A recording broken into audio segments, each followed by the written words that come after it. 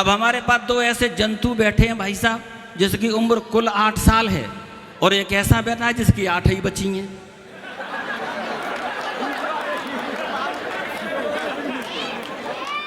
तो अब है क्या कि इसके लिए तो 92 पढ़ी हैं कविता पढ़ने को, अब जिसकी 8 ही बची हैं, हम सोचते हैं कि उसको पहले धकेल लिया जाए। अच्छा, आदमी खतरनाक है, वो जितना खतरनाक है उससे ज़्यादा खतरनाक संतानें हैं। चच्चा सुनना, मैं एक दिन गया बाबू भैया घर, और जैसे ही पहुंचा तो मैंने एक बालक से पूछा, हमने कहा बेटा पिताजी कहाँ हैं? बोला कौन से वाले? अब भाई साहब हम रट्टे में कि पिताजी कौन से वाले का क्या मतलब है? मैंने कहा बेटा कितने पिताजी हैं? कि सर 5। मैंने कहा ओए तेरे 5? बोला चच्चा गिनती कराऊंगा तो तुम्हारे 6 निकलेंगे।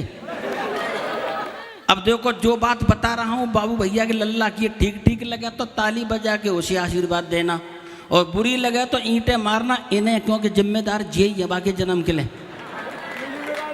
मैंने पूछा लल्ला बताइए? बोला देखो वो परम पिता परमात्मा सबका बाप है।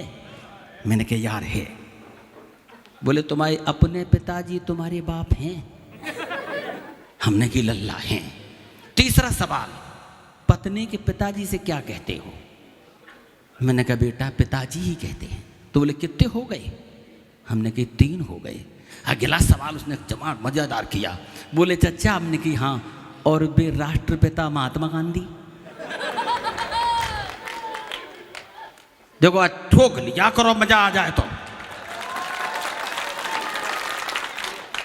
और अगले पे तो कमाल कर दिया, बोले चच्चा कितने हो गए? हमने की 4 के। बोले 5वां बताऊं? हमने कि बता। कि गैया अगर माँ है तो सांड कौन हुआ?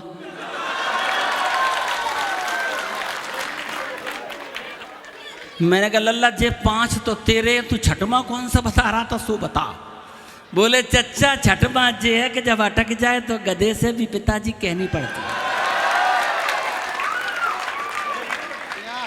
अभी खत्म कहाँ हुई है, तब तक बाबूलाल डींगिया निकले आए, किसी ने कितने पाप बता दिए? मैंने कही 6। बोले एक और है। उन्होंने कहा वो कौन से हैं? बोले भारत माता और गंगा माता का तो पता मिल गया है, पिताजी आज तक नहीं मिले।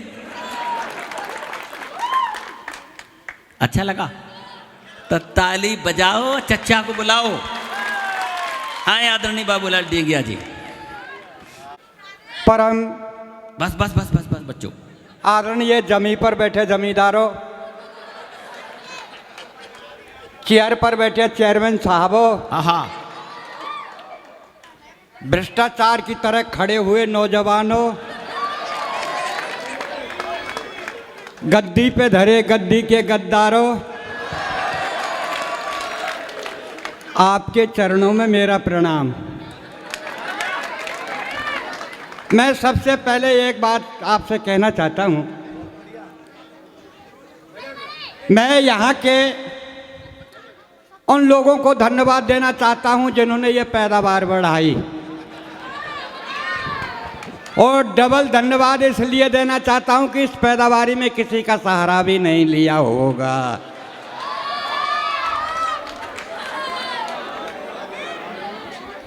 मैं आज का कवि हूँ। बेटा एक मिनट चुप रहे हो, अब सुनने दो। अब सुनो, अच्छी लगे ना ताली बजाना, नहीं शांत सुनो मैं क्या कह रहा हूँ। बाल को हंगामा काटोगे तो बाहर निकाल दिए जाओगे। अब की बार पक्की बात बता रहा हूँ, और इधर से निकालूंगा मंच की तरफ से। मैं आपको एक बात बता रहा हूँ साहब, मैं आज का कवि हूँ, राजस्थान से मंगाया गया हूँ, ये सब बुलाए गए हैं। वाह, अच्छा। और चच्चा को कोई बस नहीं बैठालती है, मालगाड़ी से लाए गए हैं? पर मैं बिल्कुल शांत बैठा था। इस उम्र पे शांत ही बैठा जाता है। भाई सतीश जी ने मुझे उठाया। मैं भगवान से प्रार्थना करता हूँ, भगवान जिसने मुझको उठाया उसे तू उठा। वाह, ये बात मैंने कही थी कि जो राजस्थान से आया हूँ, आपको एक बात बता दूँ, राजस्थान में हमेशा सूरवीर जो पैदा हुए हैं, और जो सूरवीर होते हैं वो रण में सबसे पहले आते हैं। कायर तो सब मेरे भैया पीछे को रह जाते हैं। मैं बहुत सीधा साधा कवि हूँ, 8वीं पास कवि हूँ। ये सब पढ़े लिखे विद्वान हैं सब। सब पढ़े लिखे विद्वान हैं साहब। इन्हें पढ़ लिख के कोई तीर तो मार नहीं लियो कर कपता रहे बाद में 8 ही पास कर रहा हूं। पर एक बात कह रहा हूं साहब, कम पढ़ा लिखा हूं, कोई अल्फाज ऐसे मेरे मुख से निकल जाएं तो आप मुझे माफ़ कर देना। माफ़ के अलावा मेरे करोगे क्या आप? माफ़ के अलावा मेरा करोगे क्या साहब? नहीं कर तो सकते हैं, या कस्बा को नाम है माट, ऊधम मचाओगे तो तोड़ देंगे गांठ। और सतीश जी ने मेरे बारे में कहा था, मैं आपका आदेश हो एक बार बजाओ ताली में इसकी बात का जवाब देना चाहता हूं कि इसकी कितनी बड़ी औकात है घर में, मैं बताता हूं। देखिए साहब, हम कवियों का आना जाना होता है साहब। एक बार मैं इनके घर पहुंच गया, मुझे पता नहीं था इनके घर में गृह युद्ध चढ़ रहा है। नहीं, मैं स्वीकार कर रहा हूं जो मेरे घर गए थे, लेकिन रक्षाबंधन पे गए थे। अब बताओ। चलो ठीक है, इनकी बात को बड़ी करो। रक्षाबंधन के ऊपर गया था, इनकी दरबारी ने कहा भाई साहब राखी बंधा दो, लेकिन उसमें एक बड़ा रहस्य छिपा हुआ था साहब। जब मैं रक्षाबंधन पे इनके यहाँ गया तब मुझे पता नहीं था कि इनके घर में गृह युद्ध चल रहा है। इनकी धर्मपत्नी 1 सप्ताह से इनसे बात नहीं कर रही। जैसे ही मैं इनके यहाँ पहुँचा तो इन्होंने कहा आज मेरी डीगिया के सामने इज्जत कैसी रहे। घरबारी बोलते नहीं है, मुझको इन्होंने सम्मान दिया, बैठाया और घरबारी को आवाज़ लगाई, अरे बोल जरा बाबूलाल डीगी आए हैं, पानी लाना। घरवाली गुस्से में ही बोली, बोल बुरा क्यों, पानी घड़ा में।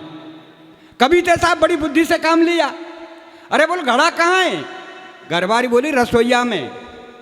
अरे बोल रसोईया कहाँ है? क्या घर में। अरे बोल घर कहाँ है? क्या गांव में। अरे बोल गांव कहाँ है? क्या पंचायत में। बोल पंचायत कहाँ है? क्या तहसील में। बोल तहसील कहाँ है? क्या जिले में। अरे बोल जिला कहाँ है? क्या प्रांत में। बोल प्रांत कहाँ है? क्या भारत में। और भारत कहाँ है? क्या बोल एशिया में। बोल एशिया कहाँ है? क्या संसार में। अरे बोल संसार कहाँ है? क्या पानी में। बोल पानी कहाँ है? क्या बूढ़े क्यों घड़ा में लादर पैबाद है। ये आकी औकात है साहब जो है। नहीं, इस पे तो चचा ने सच बोला है। कौन ऐसा है जग में जो गुनहगार नहीं, और जिसने घरवारी के हाथों खाई मार नहीं। और फर्क इतना है मित्र तेरे मेरे पिटने में, हमने स्वीकार कर लिया, इन्हें स्वीकार नहीं। लीजिए साहब, आपको सच बता रहा हूँ, सच के अलावा सच बोलूँगा, सच के अलावा कुछ नहीं बोलूँगा। मेरे पिताजी ने मेरे से कहा बेटा कहाँ जा रहा है। मैंने कहा मैं उत्तर प्रदेश जा रहा हूँ कब सम्मेलन में। बोल ठीक है बेटा चले जाना, पर माँ 2 आदमियों से कुछ मत कहना। चले जाना लेकिन माँ 2 आदमियों से कुछ मत कहना। मैंने कहा पिताजी वे 2 आदमी कौन जिनसे मैं कुछ ना कहूँ। बोल बेटा ठीक, एक तो तेरे दाहिने हाथ की तरफ बैठे हों उनसे कुछ मत कहना, ठीक है, और ठीक एक तेरे पीछे हों उनसे भी कुछ मत कहना। मैंने कहा पिताजी मैं समझ नहीं पाया, किस लिए तो मैं दाहिने हाथ की तरफ बैठने वाले से ना कहूँ और पीछे बैठने वाले से ना कहूँ।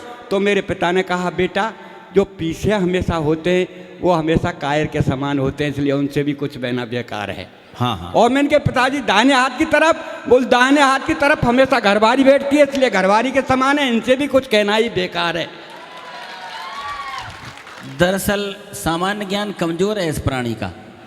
किसी विद्वान से पूछो, पत्नियां हमेशा बाईं ओर ही बैठती हैं, दाईं ओर तो बहादुर लोग होते हैं, उनसे उलझना नहीं चाहिए। लीजिए साहब, ये विद्वान कैसे हुए वो बता रहा हूं मैं साहब। ये विद्वान कैसे हुए कि मेरा और इनका सौभाग्य था, एक कॉल लेटर नौकरी हेतु आया। हम दिल्ली दोनों इंटरव्यू देने गए थे। जब इंटरव्यू देने गए थे तो बहुत होशियार थे साहब। वहाँ आवाज़ लगी, बोल बाबूलाल डी गया। मैंने कहा सर मैं हूँ। बोल अंदर जाओ इंटरव्यू दे आओ। भाई साहब मैं इंटरव्यू देने गया, अधिकारी ने मेरे से एक प्रश्न पूछा। बोले भाई साहब भारत के सर्वप्रथम प्रधानमंत्री का नाम। मैंने कहा साहब पंडित जवाहरलाल नेहरू। बच्चों हलचल रही। बोले ये पृथ्वी कैसी है। मैंने कहा सर गोल है, चपटी है, खोज जारी है। बोले भारत आजाद कब हुआ। मैंने कहा सर 1857 से प्रयास किए गए, 1947 में सफलता मिली। बोल ठीक है आप बाहर जाओ। भाई साहब मैं बाहर आया, सतीश जी जन कब से मुझे देख रहे थे और आकर मेरे से बोले अरे बोले यार डिगिया जी बता बता क्या बोला, क्या पूछा, क्या नहीं पूछा। भाई साहब मैं जल्दी जल्दी में तीनों का इनको उत्तर होता गया। मैं पहले का पंडित जवाहरलाल नेहरू, दूसरे का पृथ्वी गोल है, चपटी है, खोज जारी है, और तीसरे का 1857 से प्रयास किए गए और 1947 में सफलता मिली।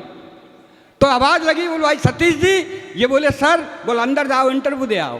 अब इसको ये अंदाज नहीं कि अधिकारी का तो जाने कब मुंह फट जाए, उसने प्रश्न ही बदल दिए। अधिकारी जी ने वो प्रश्न बदल दिए, इनसे पूछी आपका क्या नाम है, ये बोले पंडित जवाहरलाल नेहरू।